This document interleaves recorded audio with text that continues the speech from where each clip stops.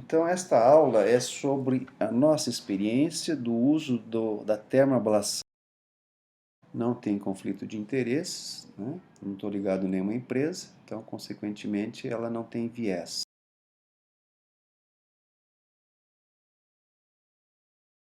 Né? O tratamento de varizes nos Estados Unidos, só para vocês terem uma ideia, como é interessante a cirurgia convencional, né? Aqui a gente vê a quantidade de fleboextração das veias safenas, né? Como diminuiu dos anos 2002 para 2008, em decorrência da implantação dessas técnicas de termoablação. Uma delas é o EVLT, né, que é o Endovenous Laser Therapy, né, que é a termoablação por laser, uso do laser, e a outra seria pela radiofrequência. Né? Então, na verdade, houve muito maior apelo da indústria pelo laser inicialmente do que com a radiofrequência. Né? Hoje, essa curva da radiofrequência aumentou porque algumas empresas elas mudaram o modelo de comércio. Elas não vendem mais o aparelho de radiofrequência e sim elas vendem a fibra. Consequentemente, o console da radiofrequência elas levam em comodato e a pessoa, o médico, né, o vascular, ele tem aquela máquina em comodato para usar, mas ele adquire a fibra. O paciente paga o plano de saúde, enfim. Né? No caso do laser, esse modelo da empresa vender a fibra, né, o consumível, e o médico não ter o console, ele começou recentemente aqui no Brasil, coisa de 2 anos. Né? Até então, o médico que quisesse fazer o endolaser deveria ter o seu próprio aparelho ou alugar o aparelho de alguém. Né? Mas olha que interessante a quantidade de termoablação que se faz hoje em comparação com a cirurgia convencional, né? A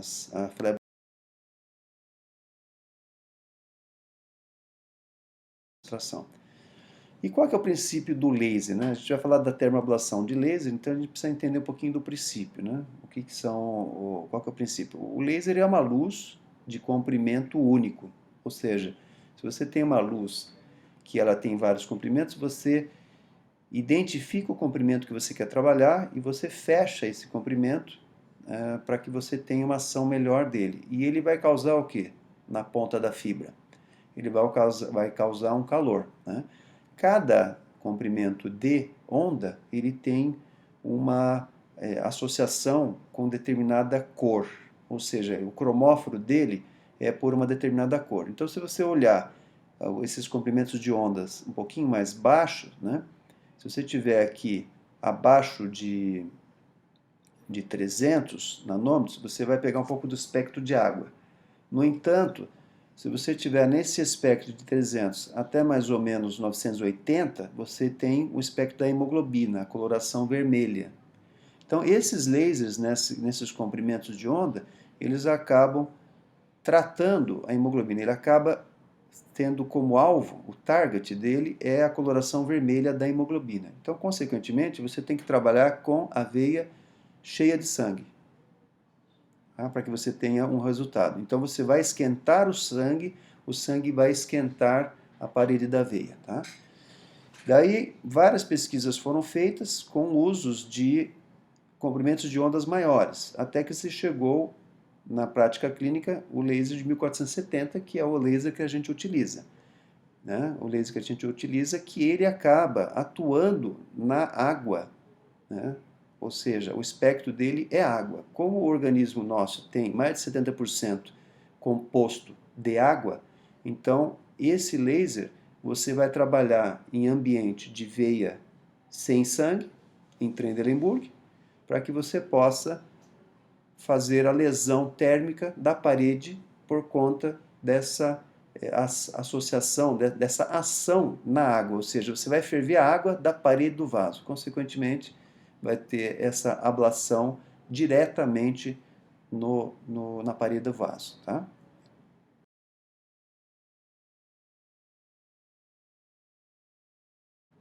Bom, quais são as indicações do endolaser? Você pode tratar varizes desde o CEAP2 até o CEAP6, né? Geralmente você trata as veias safenas magna parva e também algumas colaterais, dependendo da técnica que você usa, se ela não for tão tortuosa. E pode-se também utilizar para o tratamento das perfurantes insuficientes. Tá? Você consegue tratar as perfurantes insuficientes porque você consegue puncionar as veias, usa uma fibra mais fina e, consequentemente, você consegue queimá-la, né? Desconectá-la. Tá? Você pode também usar nas varizes recidivadas, pós-Shiva, naquela técnica. O que é Shiva? É uma sigla que significa cura hemodinâmica da insuficiência venosa a nível ambulatorial. É em francês, né? Cure hémodynamique insuffisance veineuse ambulatoriale. Né? Então, o Shiva, qual que era a técnica do Shiva? Você ligava a veia safena 2 centímetros abaixo da crosta da safena, da junção safeno-femoral, e deixava a veia, né, inteira para que ela drenasse para a veia perfurante de coxa. E, consequentemente, você diminuiria o refluxo. Né? Isso era feito de maneira ambulatorial, só que existe uma quantidade grande de varizes recidivadas pós essa técnica. Consequentemente, uma das maneiras de você tratar é essa maneira do endolaser, porque você usa uma técnica minimamente invasiva. Né? Outra coisa, duplicidade da veia safena. Às vezes é realizada uma fleboextração em que você não sabe se tem ou não uma duplicidade, porque você não tem ultrassom na sala, ou o exame de mapeamento não foi realizado com essa informação, não foi fornecido essa informação para o cirurgião e, consequentemente, ele acaba tirando uma veia e fica a duplicidade dela. E é uma das causas das varizes recidivadas. Então, o laser, nesse caso, tem uma indicação bastante interessante. E, finalmente, na safena pós-flebites. Né?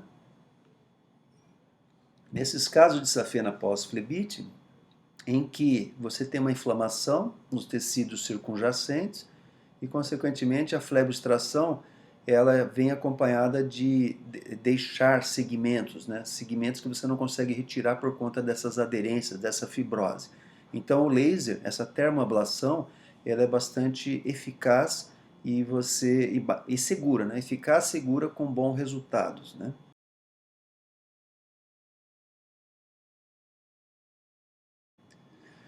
Nossa casuística, né? Nossa casuística é 265 casos, né? Até 2014, veias tratadas com o laser de 980. E foi quando nós migramos para o laser de 1470. Né? E esse laser de 1470, até 2007, tivemos essa casuística, né, de 129 casos e temos um pouquinho mais até 2020, mas que não foi colocado nesse estudo. Né? Entre mulheres e homens, geralmente 86% sexo feminino, 14% masculino, né? Nesse primeiro momento, né? Nesse primeiro período, 2014. E no segundo período, nós temos essa casuística 89% contra 11%, né? Um pouquinho maior a quantidade de mulheres em relação a homens. No CEAP, o CEAP está distribuído entre 2 e 6, sendo que a maioria do CEAP está aqui entre classe 2, 3 e 4, né? Menos 5 e 6. Né? A maioria das vezes, né, a gente tratou via safena magna, o refluxo, em 82% no primeiro período, 85% no segundo período, seguido da parva, 18% e 15%. Né? E o follow-up que a gente tem até 12 anos, né, essa média no primeiro período e no segundo período. Né?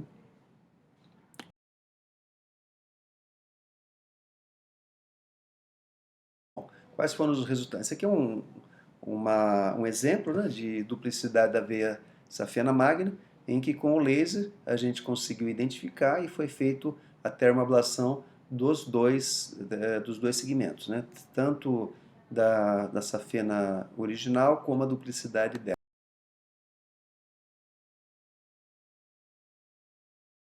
Né. Aqui alguns outros casos que a gente teve indicação, né? Segmentos remanescentes da veia safena, a nível de coxa, joelho e perna. Aqui do lado esquerdo a mesma coisa, segmentos remanescentes que estão associados a veias varicosas a nível de perna e veia safena parva. Então, nesses segmentos remanescentes, é difícil você identificar o local, a não ser que você tenha o ultrassom na sala. Consequentemente, o laser, que vem acompanhado com o uso do ultrassom, você acaba tendo uma facilidade do tratamento. Então,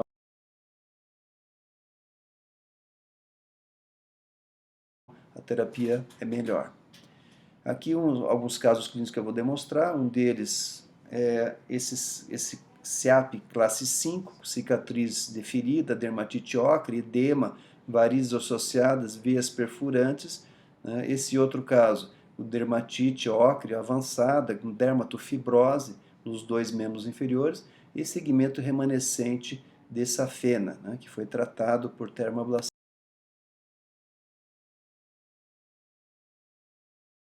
com laser. Né? Como é a técnica? Primeiramente, a gente faz um mapeamento de demarcação prévia, no sentido de confirmar as informações que foram prestadas pelo exame de mapeamento, né? O mapeamento prévio. Às vezes, em alguns serviços, existem informações contraditórias e, consequentemente, o cirurgião deve fazer essa própria investigação para ver se realmente não houve erro de documentação, se essa fena que vai ser tratada é realmente a que tem problema, enfim. E você faz essa demarcação. Se você vai adequar a imagem do ultrassom, ou seja, você acaba colocando os parâmetros de profundidade, ganho de cor, né, para que você possa trabalhar de uma maneira mais eficaz. Né? O acesso da veia a ser tratada, você vai identificar. Então, geralmente a gente faz a nível de perna, terço médio da perna, para evitar que haja essa associação com queimadura do nervo safeno, né, do nervo safeno, que muitas vezes está associada com essa parestesia ou mesmo anestesia. Embora façamos, né, essa intumescência com soro fisiológico, né, e cada vez mais a gente usa a intumescência para evitar tanto queimadura das fáscias como também de nervo. Então isso é importante. A inserção, então, o acesso da veia com punção, com agulha de punção, eco-guiada, faz a inserção de guia introdutor. Né? O introdutor, se você usar o introdutor 5 frentes, que de 11 centímetros você vai conseguir utilizar a fibra bare, né, que é a careca, mas você não vai conseguir utilizar a fibra radial, porque ela precisa de um introdutor 6 frentes. Então, se você for usar radial, use o introdutor 6 frentes. A localização adequada da fibra do laser, né? Então, uma vez que você introduz, você pode utilizar a migração, né? Se for uma fibra radial, ela consegue navegar no todo o trajeto da veia. É importante que você acompanhe com o ultrassom essa localização e essa migração, né? Essa navegação da fibra por todo o trajeto. Por quê? Porque existem algumas perfurantes a nível de coxa e que a fibra ela pode migrar para o sistema venoso profundo e quando você vai perceber, você vai acabar lesionando o sistema venoso profundo. Nós tivemos alguns casos assim. E é importante também você observar essa navegação da fibra, porque em alguns casos, se você não usa heparina no soro, quando você faz a lavagem do introdutor, você pode produzir coágulos, né? E esse coágulo, na hora que você navega a fibra, ser levado para o sistema venoso profundo. Então, é importante que você acompanhe. A intumescência a gente faz somente com soro fisiológico frio, não precisa ser gelado, só a temperatura da sala já traz a função do soro, né, da intumescência, que é o quê? É diminuir o calibre da veia e separar a veia safena, né, do tecido circunjacente, que seria a fáscia e mesmo o nervo.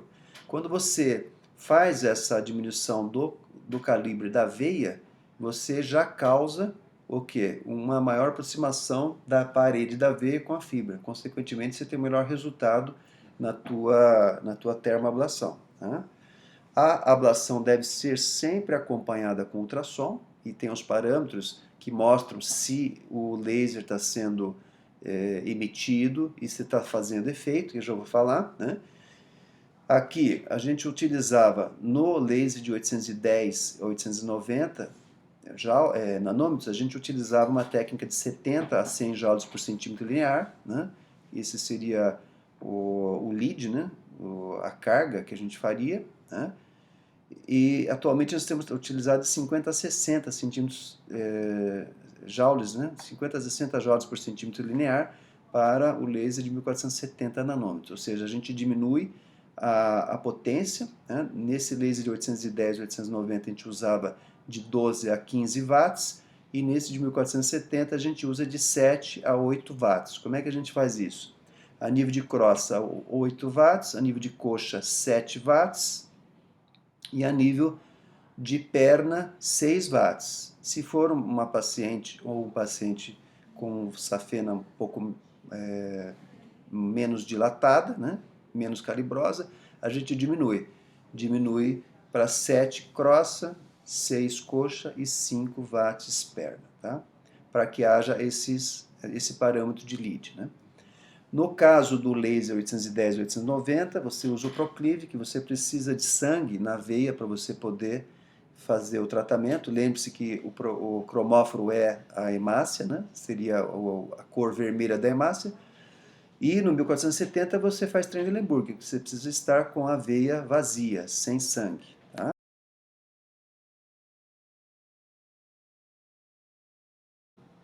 O equipamento, nesse caso, inicialmente a gente usava esse Vari Laser, né? Que é o 810, com esse console, né? Um ultrassom portátil, né? Aqui no caso era o Titan, da Sonosite, vinculado com esse monitor acessório para ampliar essa imagem. Né? Então esse é o tratamento nosso.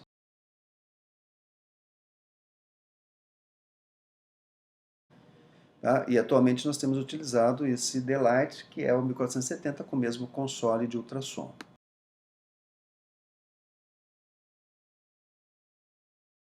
Tá? Então, exemplos de fibras. Nós temos as fibras Bare Tip, que é a fibra careca. Ela tem uma proteção de plástico que deve ser retirada para que a ponta dela seja exposta. Você tem a Jagged Tip, né? E você tem essa aqui também que é de cerâmica. Então ela tem essa cerâmica ou metálico, que é por onde vai emitir o laser. E mais atual, mais utilizada, a radial. Ou seja, a radial, ela tem o quê? Ela tem uma emissão circular de 360 graus, fazendo com que esse laser ele atue na circunferência completa da veia.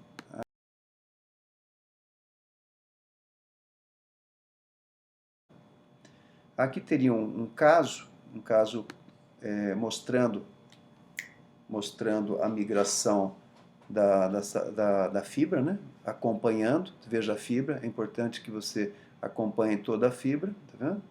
Então é ultrassom feito,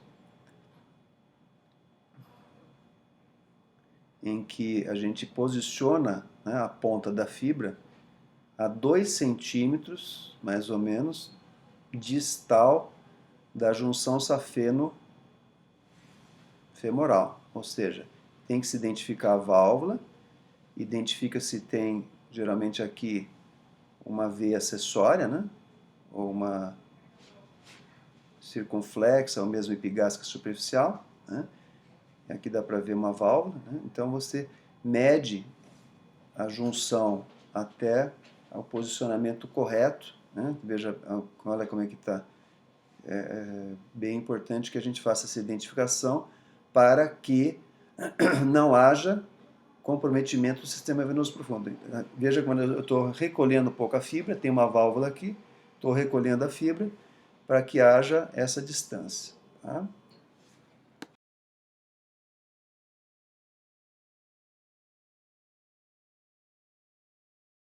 Isso é importante. Então, quais são os parâmetros de que a termoablação foi eficaz, né? Primeiramente, aparece uma linha branca, né? Essa linha branca significa que houve essa acometimento da temperatura na camada íntima, né, e média da parede da veia, né? Tem um sinal tipo uma pérola, né? Acaba tendo algumas marcas como se fosse colar de pérolas, e a seguir uma inversão do sentido das bolhas. Então, quando você está fazendo se você está utilizando o laser, você vai ver que existe umas bolhas que são formadas por conta dessa fulguração do sangue, né, e formação também de um gás, né, por conta da fulguração, e consequentemente esse gás, né, esse sentido das bolhas não vai mais para cranial, e sim vai caudal, ou seja, você já teve uma obliteração da parte próxima da junção safeno-femoral, consequentemente não vai migrar mais para aquela região, para o sistema venoso profundo, e sim vai voltar. Depois que você realiza a termoablação, você vai ver a incompressibilidade da veia e formação de coágulo e ausência de fluxo sanguíneo. Então, esses aqui são os parâmetros para a gente ver se realmente a termoablação foi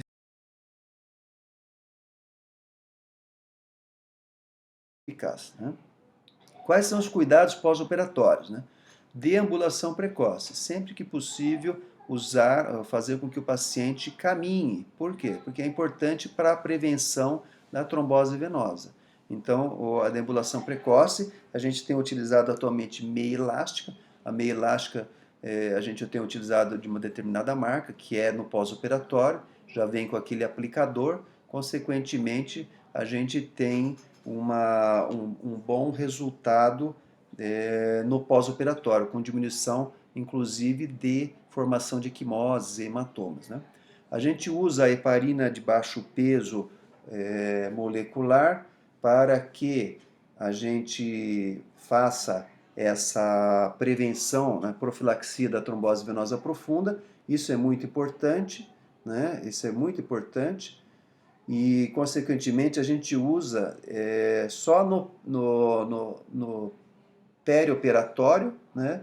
Em alguns casos, em pacientes que são já pacientes que já tiveram trombose venosa profunda, esses pacientes é importante que a gente utilize por mais tempo.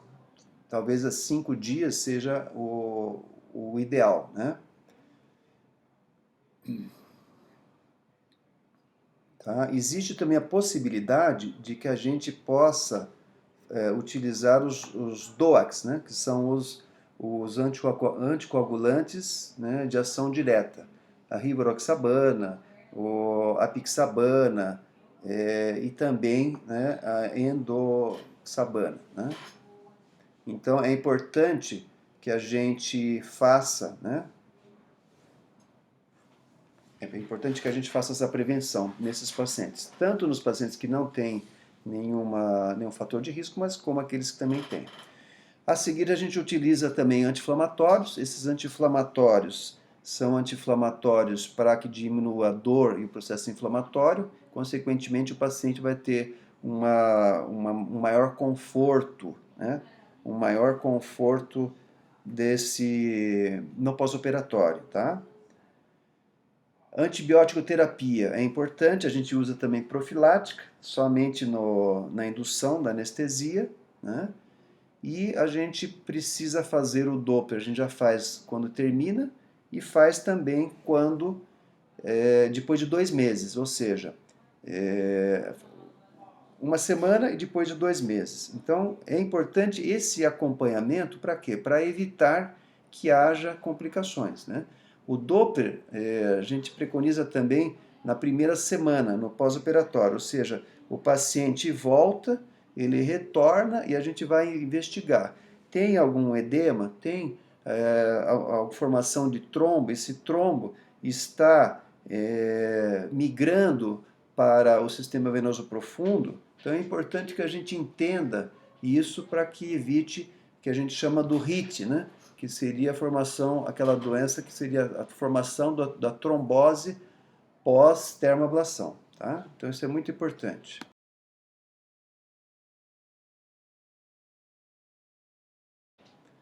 Bom, quais são os resultados? Dores no pós-operatório são os mais frequentes, equimoses e edema, né? A recidiva está dentro da literatura, na nossa série ao redor de 3%, tá? Existem complicações na literatura que são os hematomas de 1,3% a 24%, dependendo, né? No nosso caso, como a gente iniciou o uso da meia elástica pós-operatória, o paciente fica por 5 dias e, consequentemente, diminuiu bastante hematoma e equimose.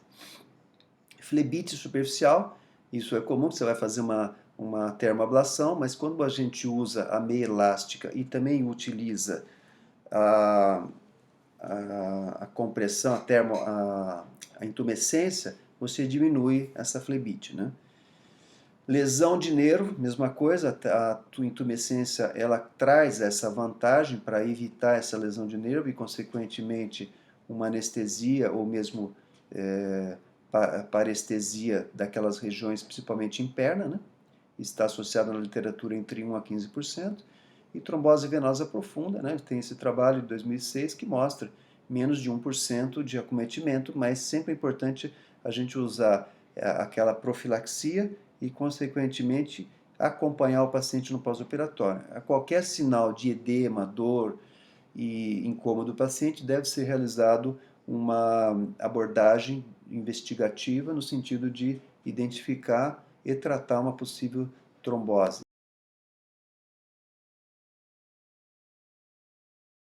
Por HIT, né? Esses aqui são alguns exemplos, veja no pós-operatório de 7 dias, pequenas equimoses na termoablação.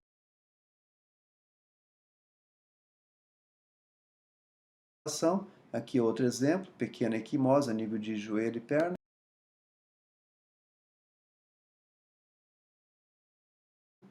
Outro exemplo, outra equimose em coxa, né, a nível de joelho e perna.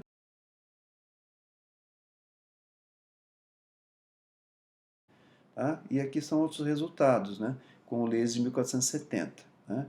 O laser 1470 ele acaba trazendo menor quantidade de equimoses por conta de uso de menor parâmetro, ou seja, você utilizava antigamente de 12 a 15 watts, agora utiliza-se de 5 até 8 watts. Então, consequentemente, menor agressão e menor formação de equimoses.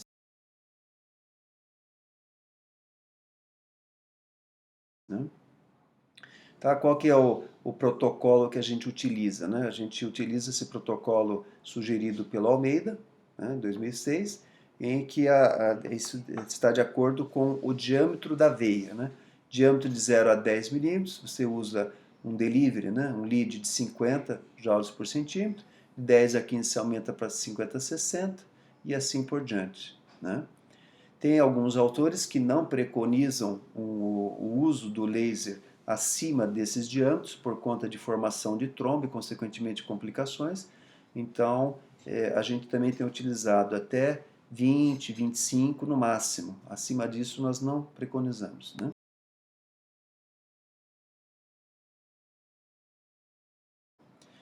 As vantagens do endolaser, né? É uma técnica minimamente invasiva, onde você não tem muita agressão, você não precisa fazer a fleboextração, que causa grande quantidade de hematoma, de inervação, dores no pós-operatório.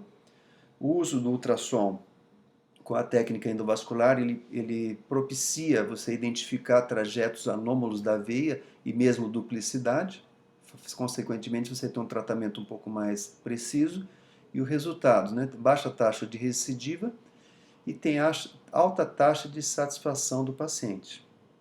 Essa aqui é uma fleboextração, você mostra o segmento da veia e mostrando como tem agressividade. Às vezes, a fleboextração não é somente com incisão maleolar e a nível de prega inguinal. Às vezes você precisa fazer uma incisão a nível de joelho ou outra e, consequentemente, o resultado estético fica mais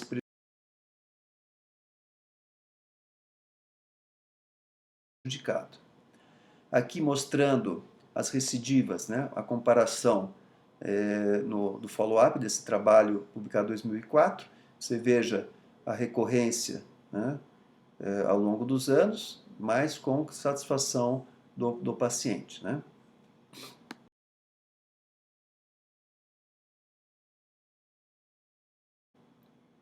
Aqui é o ERIT, que eu estava falando, que é a formação do trombo pós a termoablação, pode ser ocasionada tanto por termoablação como laser, como com radiofrequência, em que você tem uma classificação.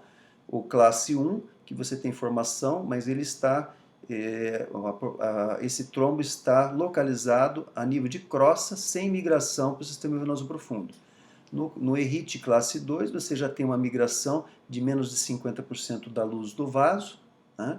No classe 3, você já tem mais de 50% da luz do vaso com essa migração. E no classe 4, você já tem uma trombose venosa profunda. Bom, no classe 4, o tratamento é de trombose venosa profunda mesmo. Tá? No classe 1, é observação. Então, observação clínica, o paciente fica em repouso. Tá? E no classe 2 e 3, nós preconizamos o classe 2 o tratamento com anticoagulante, né, seja enoxaparina, heparina de baixo peso molecular, ou mesmo com o uso dos DOACs, né, tanto rivaroxabana, epixabana, endoxabana, ou mesmo Pradaxa, né? Para que haja essa diminuição desse trombo e, consequentemente, o tratamento dele, né?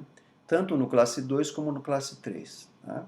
Então é importante você avaliar, né, utilizando essas drogas, né, esses anticoagulantes, e a cada 5 dias você faz um ultrassom para ver se isso, para 5, 7 dias, né, para ver se houve ou não diminuição desse trombo. Né?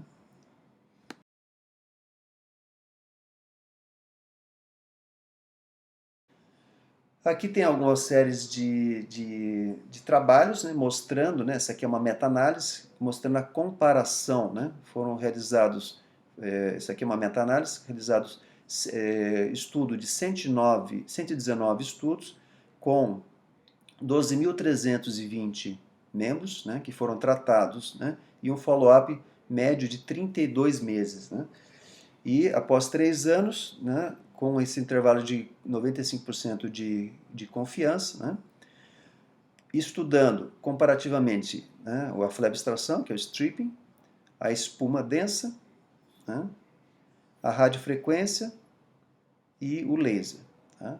Com resultados de flebstração 78%, ou seja, esses 78%, um range entre 70% e 84%, para o stripping, seguido de 77% de resultado, né, entre 69% e 84%, para espuma densa, 84% para a radiofrequência e 94%, um pouquinho maior, né, para o laser, né, a termoablação por laser, mostrando esses resultados bastante satisfatórios. Né? Tá?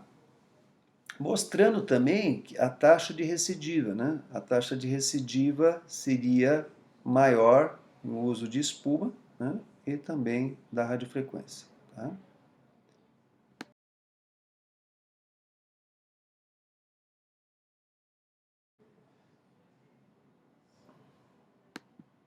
Aqui é um outro estudo mostrando. Não, essa aqui é mais detalhe desse estudo.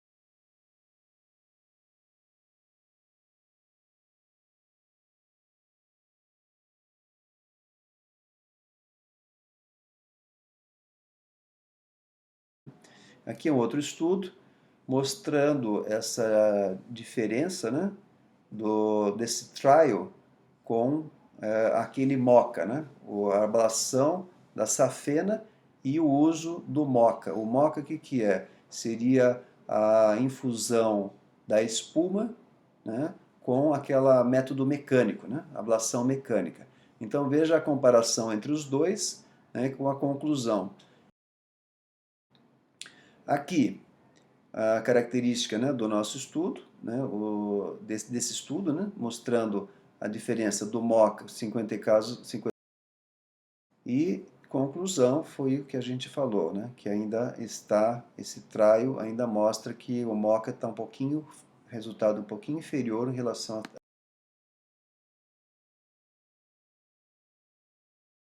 às termoablações, né. Tá? Mostrando aqui o uso desse outro trabalho, 159 pacientes, né, isso foi publicado no Journal of Vascular Surgery, Venous, né, and Lymphatic Disorders, 159 casos, foi um estudo retrospectivo não randomizado, 175 casos utilizando a cola de cianoacrilato contra 84 casos de radiofrequência, não houve diferença, né? Ou seja, as duas técnicas têm um resultado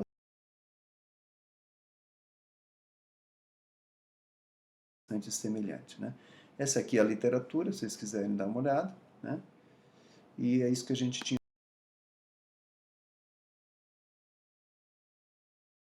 para falar a respeito do tratamento da termoablação, nossa experiência, né? A nossa experiência não é querer ensinar ninguém, e sim trazer alguns aspectos relevantes nessa que a gente adquiriu dessas informações por conta do tratamento nesses anos.